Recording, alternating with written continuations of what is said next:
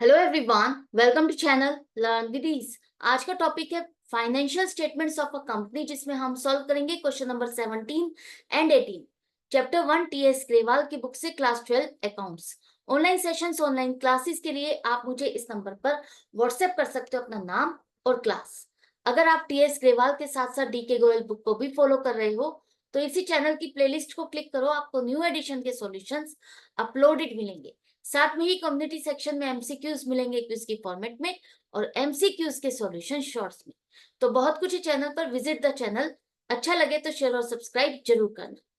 Question ने पूछा है कि आप कंपनी की बैलेंस शीट बनाते हुए इन अकाउंट हेड्स को कहां पर शो करोगे, किस मेजर हेड और सब हेड में इसको कवर किया जाएगा। तो सबसे पहले पब्लिक डिपॉजिट। पब्लिक डिपॉजिट एक तरह से लोन है जहां पर कंपनी पब्लिक से पैसा इकट्ठा करती है जिसे कुछ सालों बाद रीपे किया जाएगा। तो लॉन्ग टर्म लाइबिलिटी हो गई, पैसा इकट्ठा कर रहे हो, रीपे भी करना है, लाइबिलिटी है और वो भी लॉन्ग टर्म, जिसे आपको रीपे करना है। तो एक तरह से लोन है तो non current liabilities long term liability है तो, और लोन है तो कहां पर आएगा, लॉन्ग टर्म बोरोइंग्स में। तो मेजर हेड हो गया आपका नॉन करेंट लाइबिलिटीज, सब हेड लॉन्ग टर्म बोरोइंग्स, जिसकी डिटेल आप कहाँ दोगे, नोट्स टू अकाउंट में, कि इसमें आपने क्या क्या कवर किया, जैसे पब्लिक डिपॉजिट, डिबेंचर्स, बॉन्ड्स, ये सभी कुछ आप नोट्स टू अकाउंट में डिटेल देते हो। इसके बाद ऑफिस फर्नीचर। ऑफिस फर्नीचर क्या है, आपकी एसेट है, लॉन्ग टर्म के लिए एसेट है, इसको शॉर्ट टर्म के लिए नहीं यूज करते, लॉन्ग टर्म के लिए यूज करने वाले आप इस एसेट को हो। तो ये क्या हो गई, करंट एसेट नहीं, नॉन करंट एसेट होगी। और नॉन करंट एसेट में इंटेंजिबल एसेट तो है नहीं, तो कौन सी एसेट है ये, प्रॉपर्टी प्लांट एंड इक्विपमेंट।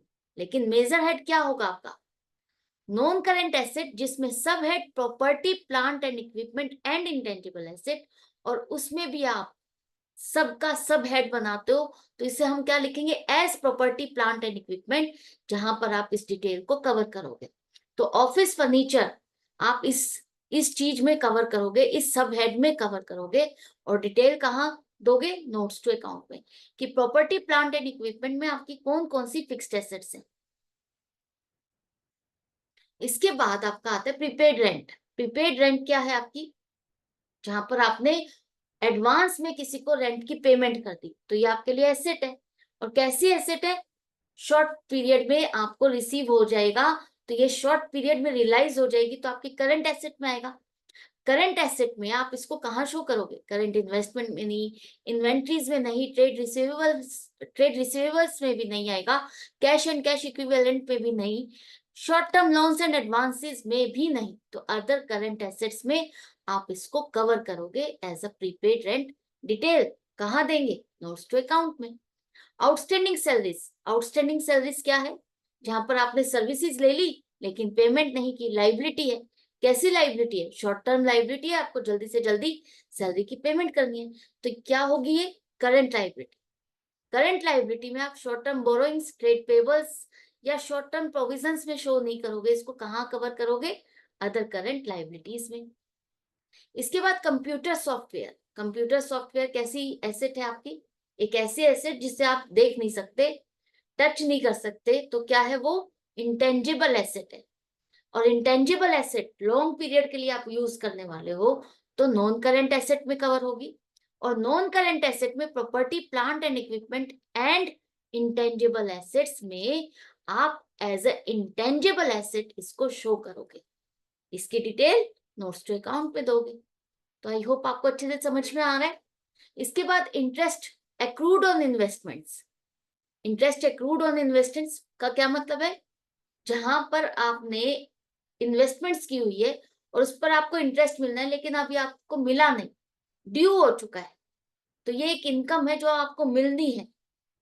तो क्या होगी ये, करंट एसेट, शॉर्ट पीरियड में आपको रियलाइज होने वाली एसेट है। तो करंट एसेट में आप इसको कहाँ शो करोगे, अदर करंट एसेट्स में। तो मेजर हेड करंट एसेट और सब हेड अदर करंट एसेट। तो ये था क्वेश्चन नंबर 17। इसी तरह से क्वेश्चन नंबर 18 में पूछा है कि इन अकाउंट्स को कहाँ शो करोगे। तो पहला है प्रोविजन फॉर एम्प्लॉइज बेनिफिट। तो ये लॉन्ग टर्म प्रोविजन है, एम्प्लॉइज की बेनिफिट के लिए प्रोविजन किया गया है, तो ये लॉन्ग टर्म के लिए प्रोविजन होता है, शॉर्ट टर्म नहीं। तो लॉन्ग टर्म प्रोविजन है, प्रोविजन लाइबिलिटीज में आता है। और लॉन्ग टर्म में तो नॉन करेंट लाइबिलिटीज हो गया आपका मेजर हेड, और इसका सब हेड लॉन्ग टर्म प्रोविजंस। इसमें कौन कौन से प्रोविजंस आते हैं आपके?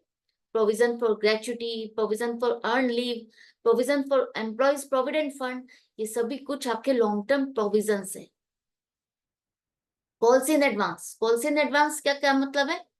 पॉलिसी इन एडवांस का मतलब है जब कोई कंपनी शेयर्स इश्यू करती है और उसका पैसा इंस्टॉलमेंट में डिमांड करती है, तो जब कोई शेयर होल्डर अपना नेक्स्ट इंस्टॉलमेंट का पैसा भी पहले ही पे कर देता है, मान लो एप्लीकेशन के साथ या अलॉटमेंट के साथ ही उसने आगे की कॉल्स की पेमेंट आपको कर दी, जो कि अभी कंपनी ने डिमांड भी नहीं की, तो वो क्या है? Calls in advance.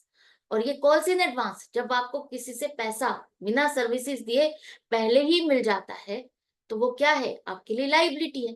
और लाइबिलिटी कहाँ पर आएगी? शॉर्ट टर्म लाइबिलिटी है, इसको आपको पूरा करना है। तो करंट लाइबिलिटीज मेजर हेड, और अदर करंट लाइबिलिटीज इसका सब हेड है, जहां पर इसको आप कवर करोगे। तो ये दो क्वेश्चंस थे, आई होप आपको अच्छे से समझ में आ गया, इजी लग रहा होगा कि किस तरह से आप इन चीजों को क्लासिफाई करोगे नेचर से, उसके टाइम पीरियड के अकॉर्डिंग आप इसको इजीली क्लासिफाई कर सकते हो। तो मिलते हैं नेक्स्ट वीडियो में नेक्स्ट क्वेश्चन के साथ। इसी तरह से प्रैक्टिस जारी रखना। Good bye and take care.